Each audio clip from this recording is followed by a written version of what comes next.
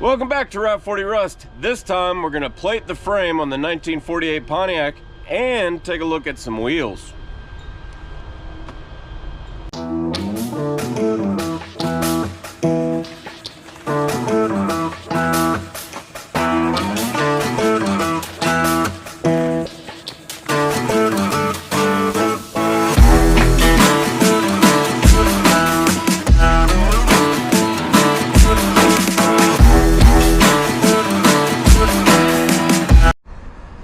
Update. It's the same that you seen it last time. Yeah, been pretty busy, you know. Haven't been able to tickle on this old Betty for a while. Had more pressing matters at hand and ongoing pressing matters. You guys, it's early spring, late winter. You guys understand what I'm talking about. But first and foremost, on the old service pig, man, I had some welder issues on the Legend, but I took care of those today. I had some welding work I had to knock out and got that fixed, and did some welding today and some fab work, so that's good. But as far as the Pontiac goes, ain't looking good at the moment. So exactly where we left her. There's your update, you know. But goodness gracious, look at this car. Tell you what, I'd let her eat crackers in my bed anytime, if you know the song. So I did now on jack stands, which is, you know, progress, and the wheels are pulled off, which is progress, and there's about a month-old boiled linseed oil on it, progress. I put a there's a cat. Oh no, where'd he go? How? There's a cat in the car. I don't even own a cat. Anyway, so update, we have a cat, stray cat living in the car. That's okay. Oh, I did buy stuff. Okay, I haven't been doing nothing. Let me show you guys. Oh, it's gone. Where is it? I bought one wheel. Get out of here. I can't do this with one hand. You're just gonna have to ride with me. It's not very good lighting for this wheel. Get out of here. Clock's wrong because time changed. That happened. So we're looking at a US wheel, a Smoothie. So you got no ventilations of sort. 16s came on the car. We went with a 15. Still 6-inch wide, 5-on-5 bolt pattern. But the real magic happens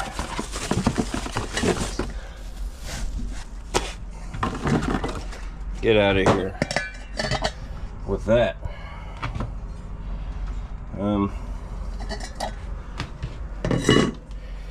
Anyway, so I'd like to tell you that I have one wheel because I was gonna test fit the wheel, because this car's kind of got some tight back spacing offset tolerances, especially in her going away end, her hind quarters. But the truth of the matter is, the wheel was like 140 bucks shipped, and that's all that I've made on YouTube in a year's worth of work. But that's okay, because that was the lie. The wheel was like $140, and this channel's made like $132, so we're $8 in the red.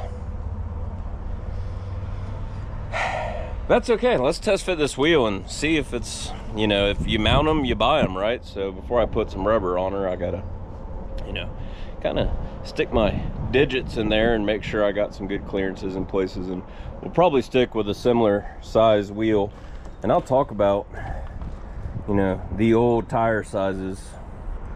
If you're into off-roading and 4x4 tires, this will make more sense. If you're into like fancier aspect ratio tires, some low pros, it'll also make some sense. But if you don't know your old tires, this will help it make sense.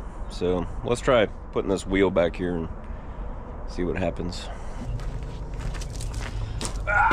Well, because wheel manufacturers really gonna trust these Harbor Freight jack stands on gravel and mud with my legs on a routed out frame. You got a 5 on 5.5 and a 5 on 5 spread. What I'm hoping for is that the 5 on 5.5 spread will kind of compensate for these two bolts holding the drum on. If it doesn't, we'll just take the bolts out and let the lug nuts hold the wheel on. You know what I'm saying? But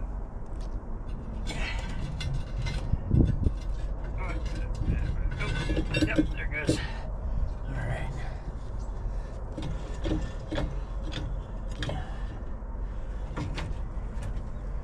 So we got a little less back spacing, 1/4 inch to be exact. The original wheels had 4-inch back spacing, 2-inch offset. This is 3 3/4 and whatever, 2 1/4 the other direction. But you know, whatever. What's a 1/4 inch between friends? This car gets worse and worse every time I look at it. That's a fuel line.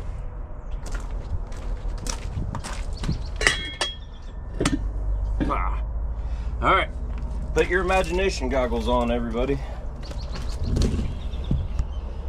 Oh yeah. Oh yeah. Oh yeah. Can see me. You can see you. Anyway, so I don't know these dates because, you know, I don't know the dates. What's that? What's chickens doing? We got too many roosters, and it's a clear and present danger to those poor hens. It hurts. Anyway, I don't know the dates, but like early automobile, teens and 20s and 30s, you had a wheel, you know, that'll have 100% aspect ratio. So the wheel will just say, you know, to be fair, in the teens you were on like a 22-inch wheel, you know, so it's a little bit different. For the sake of simplicity, we'll use numbers that we kind of run into nowadays. So the early tire size, 100% aspect ratio. So if it was on a 16-inch wheel, it'd be a 6x16. And by 100% aspect ratio, I mean 6 inches wide and the sidewall 6 inches tall. That's what you get. By the war era, like this car, the aspect ratio dips down off 100 a little bit, like 80%. So if you got 6 inches wide on the cross section, you know, it might have 5 and some change. Whatever 80% is, clearly I'm not good at math. And then, you know, that goes into mud tires where you get all of your numbers in one spiel, like a 33, 1250, 15 type tire. And then, you know, the newer stuff where you go back to the aspect ratio and, you know, you got like a 235, 75. So the 75 is the percentage in millimeters, whatever, of the width and all that good stuff, which could be wrong, but that's the way I see it. And the way I see it's pretty clear.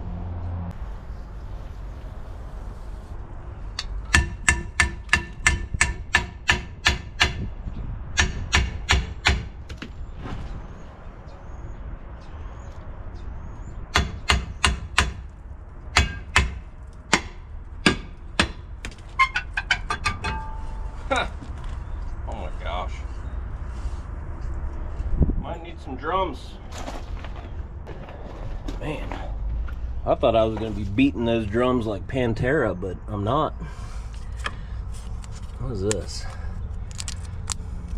Sort of like, I don't know. If you know what this is, there's like a gaskety material. Okay. So look at this, the brakes are there. Wheel cylinders don't look like they were puking everywhere. There's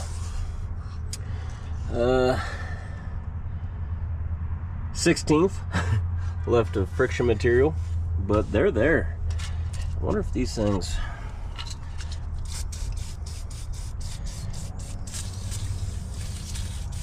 let's do the right thing and give ourselves a fighting chance.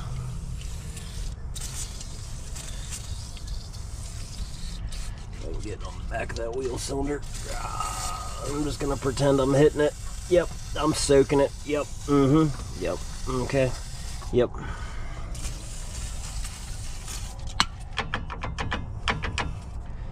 Okay, well, that's pretty good. Hey, look over here. Don't look at the roached out frame.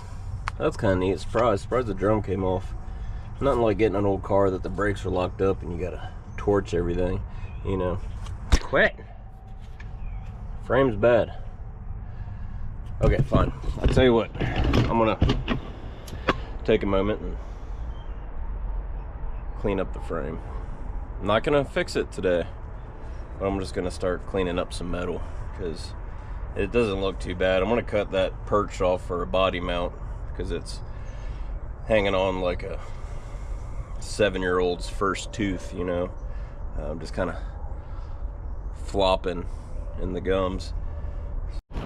Hey, real quick, if you missed the last video about this car, I think the thumbnail picture says "Back from the Dead," and I don't remember what the title is. Just go look down the channel and find the last thing about this car. We got it running and cooling and charging. I kind of shot myself in the foot. The YouTube algorithm said that 94% of males in America are going to be watching some show about the Soup Bowl with some guy named Taylor. I didn't know much about it, so I released a video on Monday instead of my normal Sunday 4 p.m. and things turned sour. Turned sour real quick, like unpasteurized milk in the trunk of your car. Anyway, so if you missed that, go check it out, because we got, look at all this, look at that. We got an oil bath, we got a carburetor that idles, we got vacuum lines plugged, we got a fuel system, there's a can back there, we got, look at that, we have a 12-volt alternator that's about, yeah, that's not good. And we got this cool control panel, which, man, I'll tell you what, I need to run a couple wires, boop, off that toggle switch into the dash, and I'm gonna call the county sheriff, evict that cat that's living in here the right way, you know. Maybe there's kittens, so I don't want to just kick them out, you know. Give them a chance to find somewhere. Run a toggle in there, even though I don't have brakes or tires. Maybe we can putter this car around the driveway a little bit, because I've talked to some of you already, and lo and behold, oh, I don't know if we're ever gonna get that open again. We're not gonna do right off the bat like some amazing restoration job.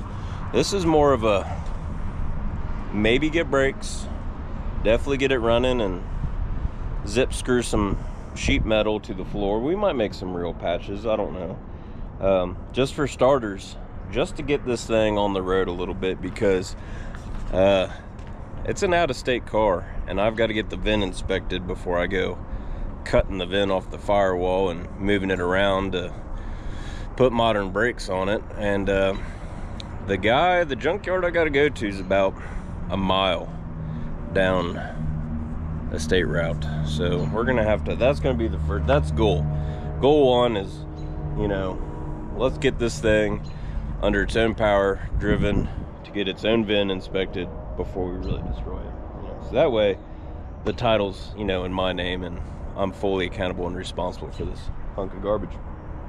So if you haven't seen that video, is what I'm trying to say, go watch that video.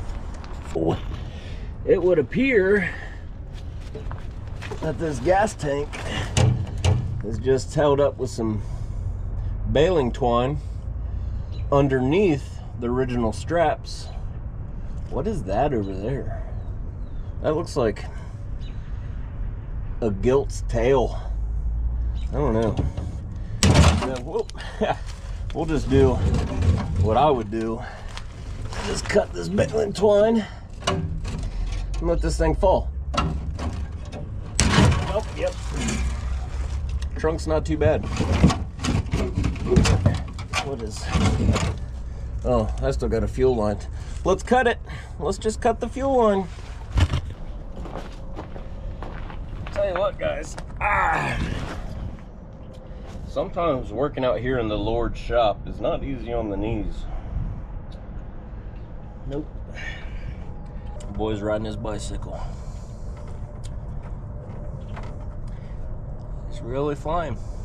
Little Burt Monroe.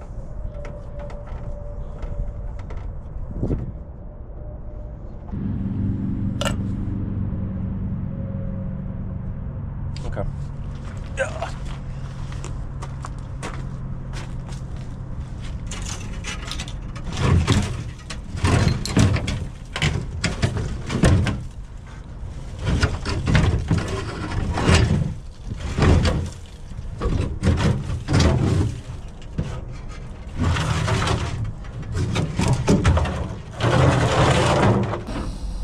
I'm a varnish fan. If we have a car with a fuel tank, you have any idea what that means? I could go places. So let's put this in a safe spot. This is good as any. That's out of the way.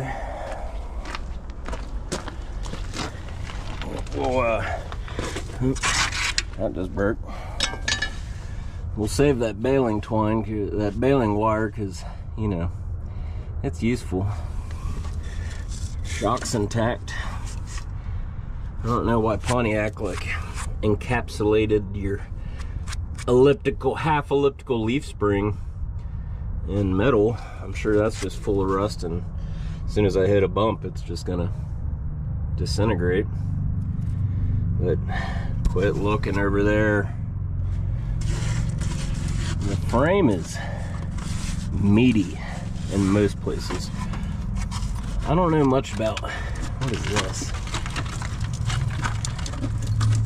That's not even rust. That's an undercoating. Like a Z-barred undercoating.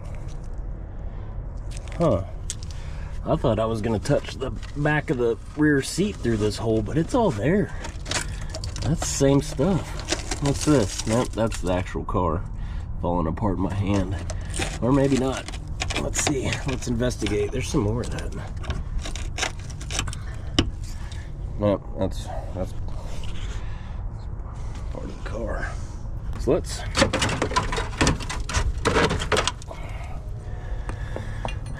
be gentle servicing that. Let's go ahead and look at it now. So I think we're gonna hack this body perch off. Cut this out. What I did notice is this is like a stamped steel frame. It's not like that frame, which is like true channel, and then they box it in, you know. Yeah, I'm not a big chassis manufacturer guru or nothing like that. I don't read books, you know.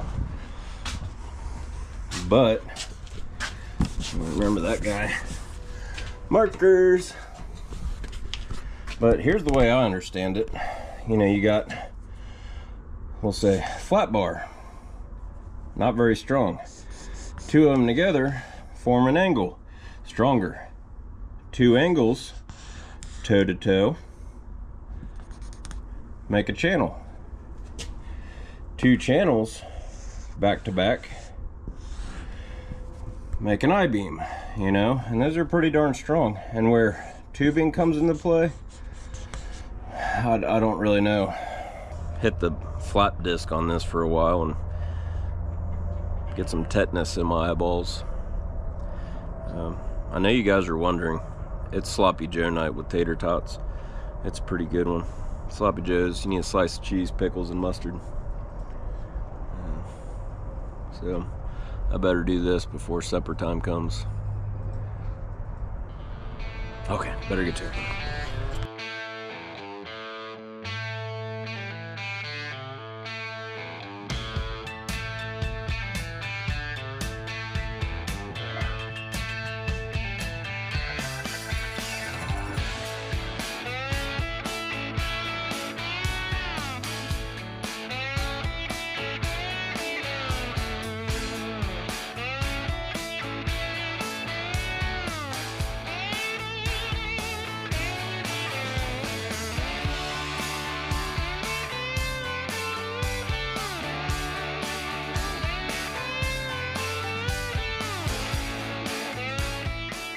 Hotter than an Iraqi flip-flop.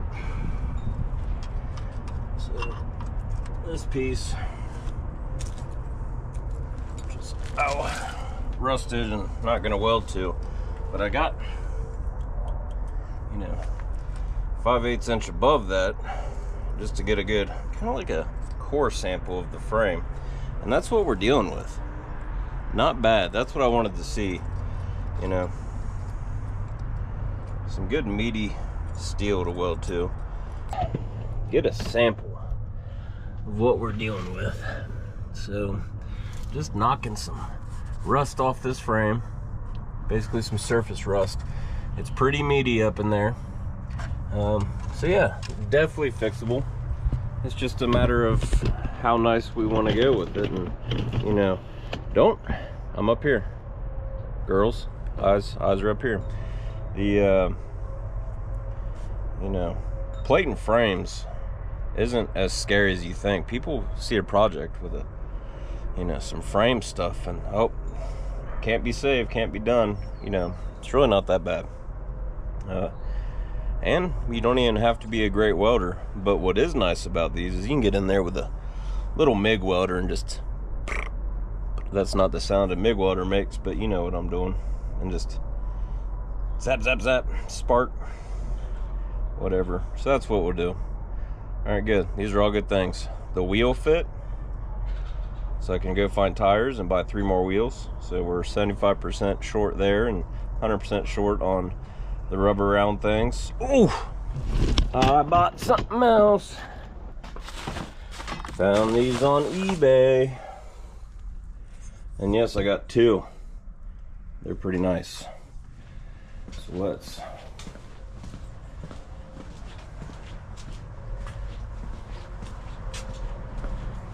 good fella in Michigan had these for sale. Just posed for a picture.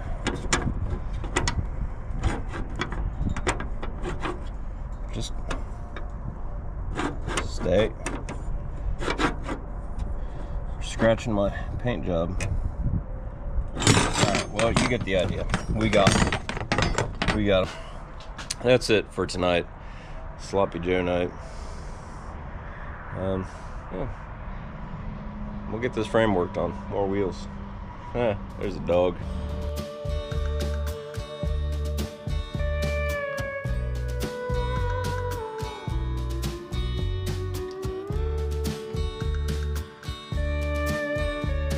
Well, it's a new day and got new obstacles to overcome.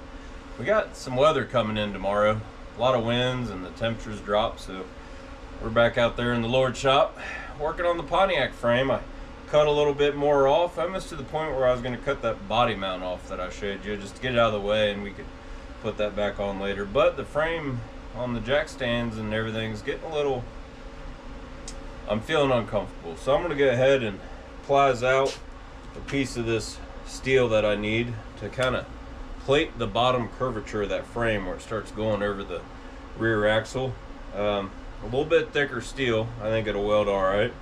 It's carbon steel, I don't know, 1/8 inch or so, and we're just gonna tack it, clamp it, tack it, clamp it, and kind of just bend it along that curve just to keep everything where it needs to be. Then we'll circle back around and plate the side, and once we get a little bit more structural integrity, we'll cut that body mount off and plate the whole side of the frame and just be done with it. But it's something I just gotta get out of the way real quick, so best get to it. One thing that I've learned over the years of plasma cutting, both professionally and privately, is sometimes you can use a piece of angle as a guide to get a better straight line. So I got a cut to go woo all the way down here. So you can put an angle here, and we're gonna lose the safety and use it as a guide. Hopefully you can see it, or I'll move you around where you can see what I'm doing. We'll start cutting and then we'll cue the plasma cutting techno music, maybe. I don't know.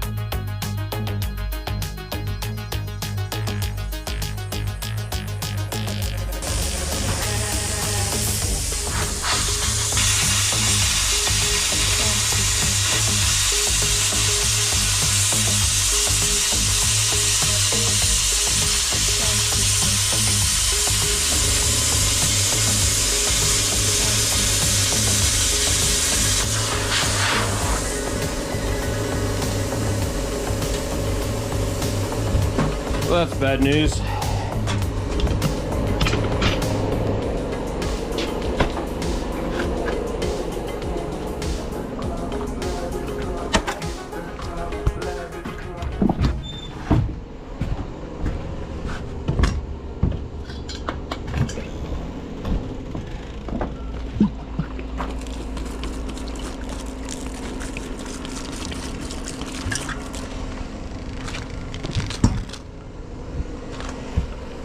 Sometimes you gotta crack a few eggs, you know what I'm saying?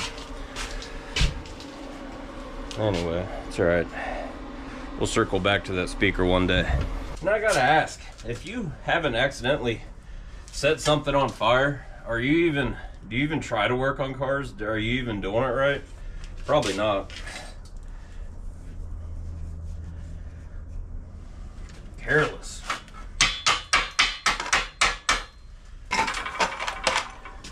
It's been on my to-do list to buy a tote to put all this crap away for a while.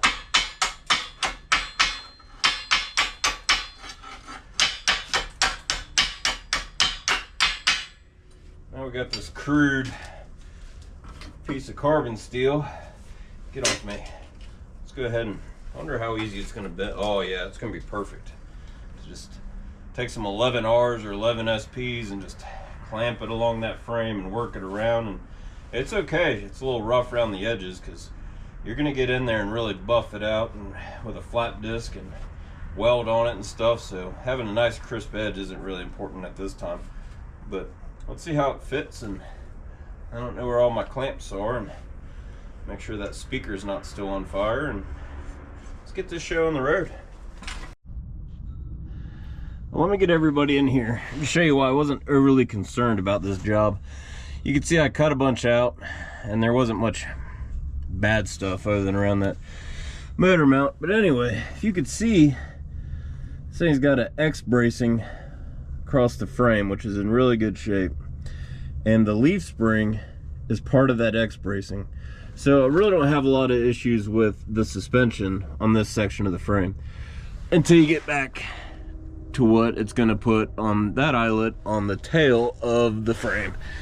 So all I need to do is this plate just needs to start over this X bracing and overlap the frame there, and then come up here, and then everything will be fine again. Once that piece is on there, then we can cut this motor mount out and all this stuff out and plate that side.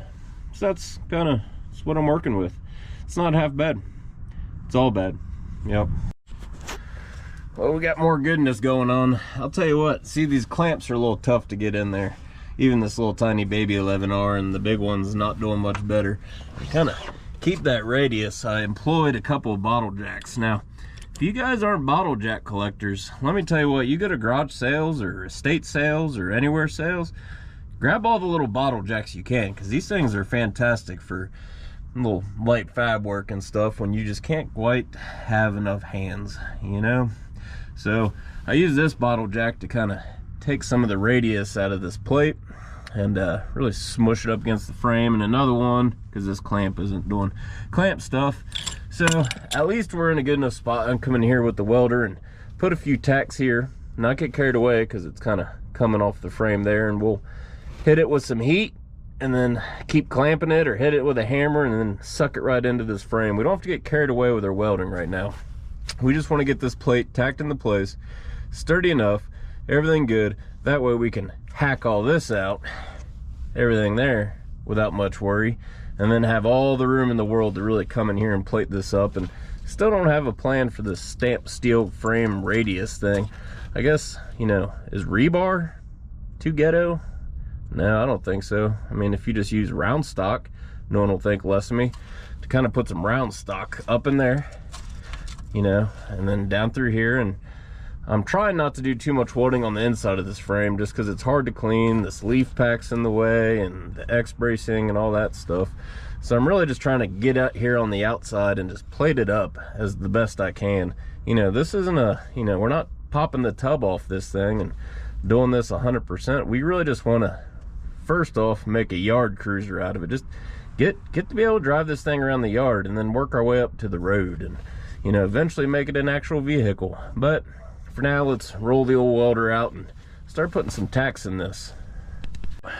I'm getting in a bit of a hurry, and that's why things aren't going well. So I'm gonna need you guys to do a little fire watch. You know, if the Pontiac or the cat that lives inside the Pontiac, the Poncho Lion, catches on fire, comment below so I can take care of the situation. We got the old weld pack fired up on the extension cord, so that's gonna weld like garbage. And we're about to, you know, go ahead and start hooking and jamming on the Pontiac, see what we can do.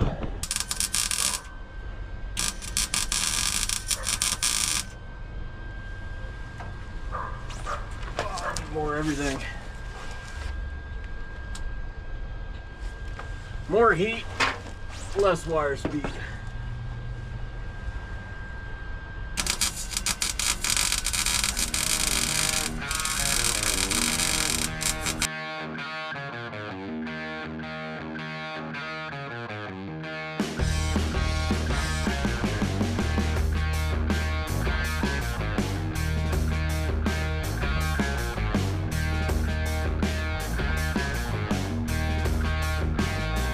I hope you know how hard I try. Before you start to get a mind to say goodbye, I hope you see how far I go. Forever trying to bring my world to your front door. 'Cause the best is not enough. Sorry guys.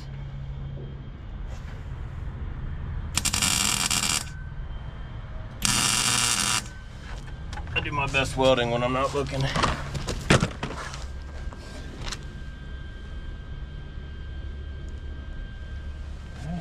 More fire. Cool.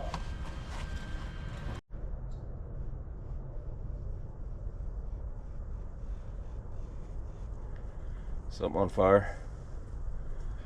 Oh, there he is. The blister. Shows up when the work's done. I didn't know. I thought you wanted your alone time. Oh, now check out the frame. Come here, Walt. Alright, so here's where we're at. We got that plased out flat bar welded in, and kind of matches the radius of that stamped steel on the frame. We got some work in the back to kind of bring it in close to it, but the most important part is before I could grab this tail section of the frame, maybe up here, and just torque it over and twist it. Now I can't.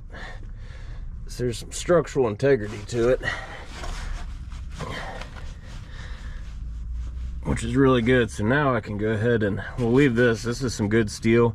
This is kind of iffy. We'll cut that out, and you can almost see it's just completely rusted out around this body mount. So we could probably give her a little incision right there, and then one up top, and probably rip this puppy out. And then we can come in here with a plate, make a cardboard template, and just figure out what we want. Hopefully we can get up underneath this radius of the stamped frame here, and that'll give us a nice little nook to weld in. Caveat, I'm not the world's greatest self-proclaimed MIG welder. I like stick welding out in the world, in the wind and the rain and the snow. You know, what's Jack Burton say, Walter? Something about a lot of things. Yeah, he does a lot of wise things. I like the brave man likes the feel of the rain on his face, and what's Egg Shen say? Wise man knows how to get out of the rain or something. Anyway, let's do stuff. I'm okay with this. We have some structural integrity here. You know, Walt, we're working. We're cooking with bacon grease. Nice shoes, buddy. Thank you. Nice. Look what I did. It's a boat. Nope, went ahead and made a cardboard template of the patch I need for the side of that frame. Test fit it about 10 times. Good enough for me. Made some changes. Traced it out on this steel plate. Go ahead and swept up. Went ahead and swept up stuff that might catch on fire again. I'm gonna blow this piece out, test fit it. We're losing some light, so I'm gonna hurry up and get this figured out so I can make sure everything else is figured out and I can just move on with life.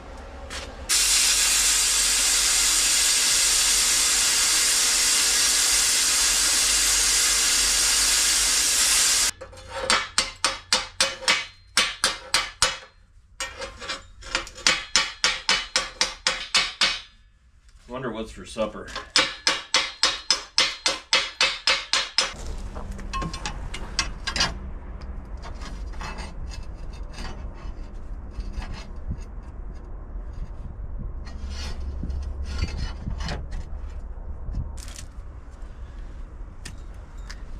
It's a thing of beauty when Nathan's on duty.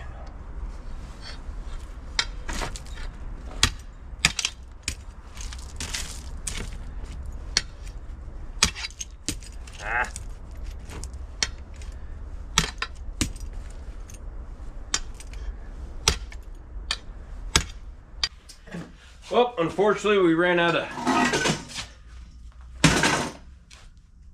daylight, but that doesn't mean we've made good progress on that frame, something that's been bothering me for a while. So we got, well, you saw what we got, and this piece I'll grind up smooth, get some of the slag off, clean it up. You know, I got a few little tweaky spots to get in there, and that awesome little bottle jack fabrication job I did.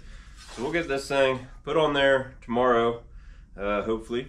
We got some bad weather coming, a lot of wind and more cold, but hopefully I can get this tacked up in there, and if the cold and the wind comes in too hard, I can get that body mounting here and start cleaning that up, and plasma cut some holes in this and re-bolt that back up where it needs to be and tack everything in there, and then we can move on with other stuff. So we'll see you guys tomorrow, Lord willing, get this wrapped up and figure out what we got else to do next.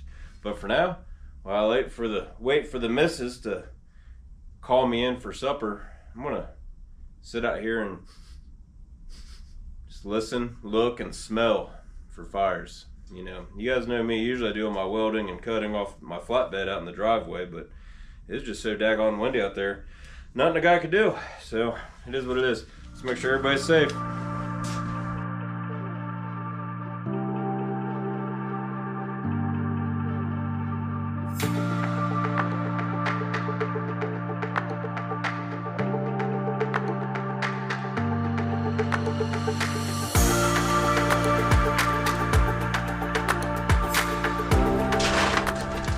Well, like Grandma used to say, sometimes fire will teach you the most important lessons. And explosions. There was that one time, Iraq, 2009. How do you forget? But yet, here we are.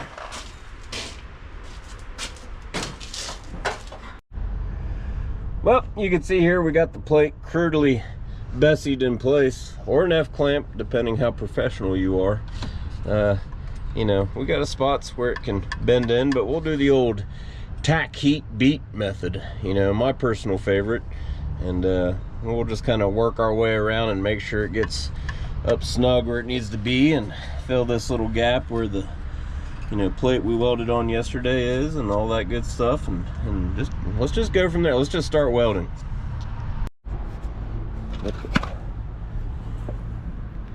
10 gallons of water, 10 pounds of sugar, 5 pounds of corn, and 10 pounds of yeast. If you know, you know.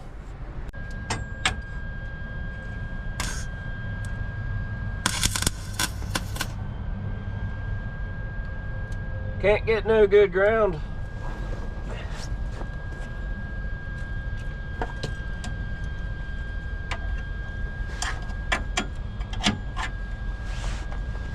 Got it.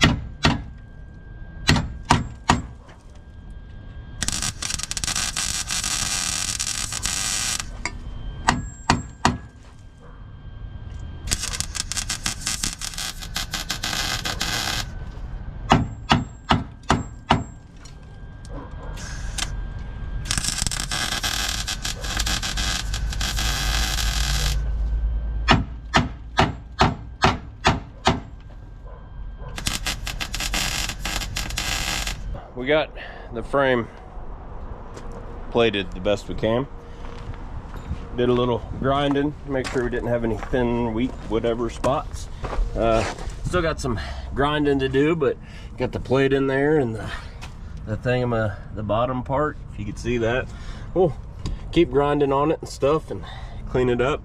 And then we'll brush on a little bit of farm implement paint just to, you know, keep that from rusting out. But I call that good enough. We got to clean up the body mount that we took off or cut off yesterday, figure out where that went and re-weld that on.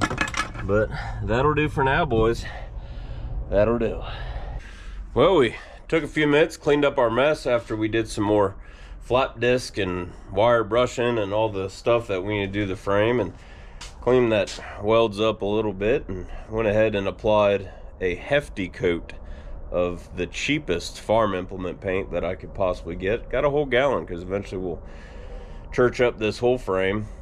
Got a few more spots that we'll plate up a little bit, but yeah, let's check it out. Of course, it had to be gloss black because it'll just draw more attention to the horrible job that we did. Let me turn on the old phone flashlight.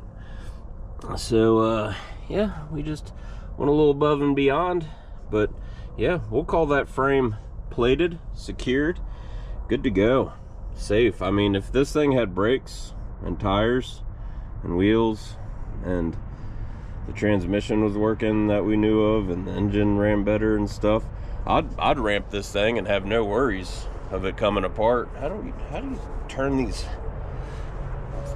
flashlights off? Goodness gracious. Anyway, that's that. We'll call that repaired.